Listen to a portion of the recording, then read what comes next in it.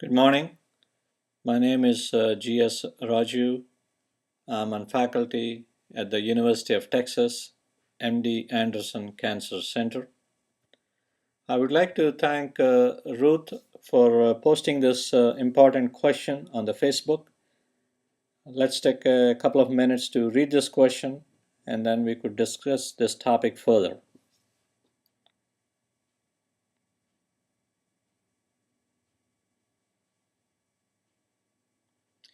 So Ruth poses two questions. One is follow-up after colon polyps, and the second one is about colon prep. I have addressed the issue of colon prep in another video blog. Ruth, I would suggest that you look up that. And let's come to this important question on follow-up of colon polyps. So we look at a number of issues when deciding about the timing for the next colonoscopy. So we need to make sure that the colonoscopy was excellent in terms of the quality of the preparation and also the quality of the examination all the way to the beginning of the colon. Having met these two criteria, that the colonoscopy preparation was excellent and one reached all the way to the beginning of the colon, then we look at the polyps. How many polyps were found and removed, what were their sizes, and how were they removed in terms of the technique of removal, whether they were removed in one piece or in multiple small pieces, and finally, what did the pathologist report on those polyps after checking them under the microscope. So these are all the things that we look at in terms of deciding about follow-up colonoscopy. I must add here again, an excellent prep and a complete examination of the colon are really critical, and this is what an excellent prep looks like. No stool, clean colon, visible vessels, and the scope went all the way to the beginning of the colon to see the opening of the appendix and the opening of the small intestine joining the large intestine. That is what we call as ileocecal valve, all the way back to the beginning, to the other end, called rectum.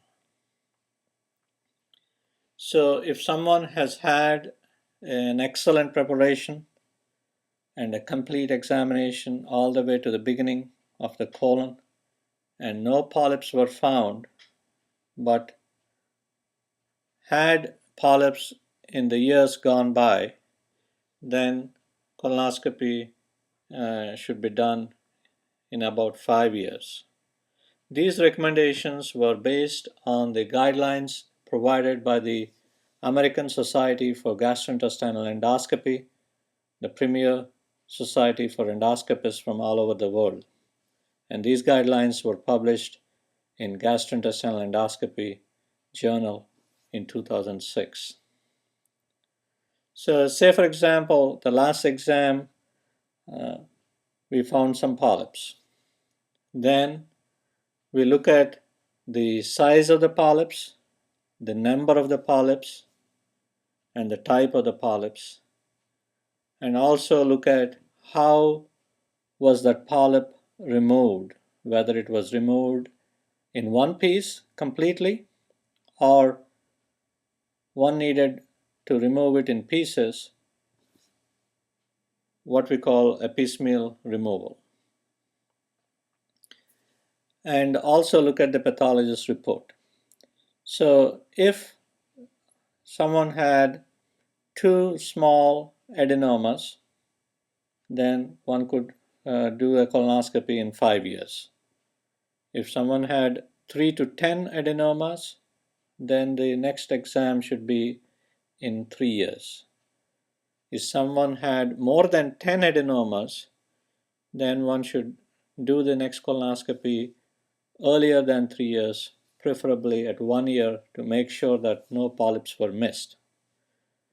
This is if there were no advanced features in those polyps that I would discuss later. If polyps were larger, more than a centimeter in size, and if the pathologist reports villous features in terms of how the architecture of the polyp is laid out and reports it as a villous adenoma, or if the pathologist reports that the cells are too immature, in which case they report it as high-grade dysplasia, then one should be doing this exam at 3 years.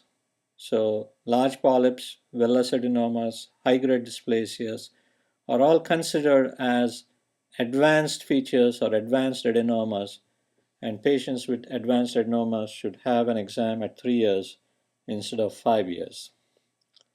On the other hand, if someone has had a large polyp where removal was not complete, or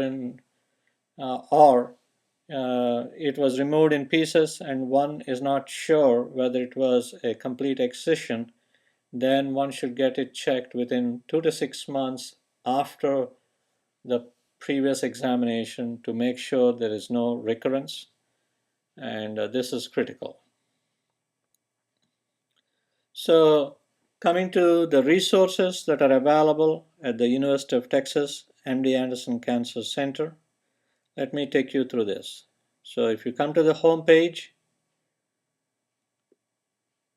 put in "I have polyps" in the search box, and then that takes you to this page, and if you click on "I have colon polyps, now what?" to a beautiful video that talks about what to do in terms of follow-up after finding polyps. Ruth, thank you very much for this excellent question. Hope this information is helpful. Thanks again.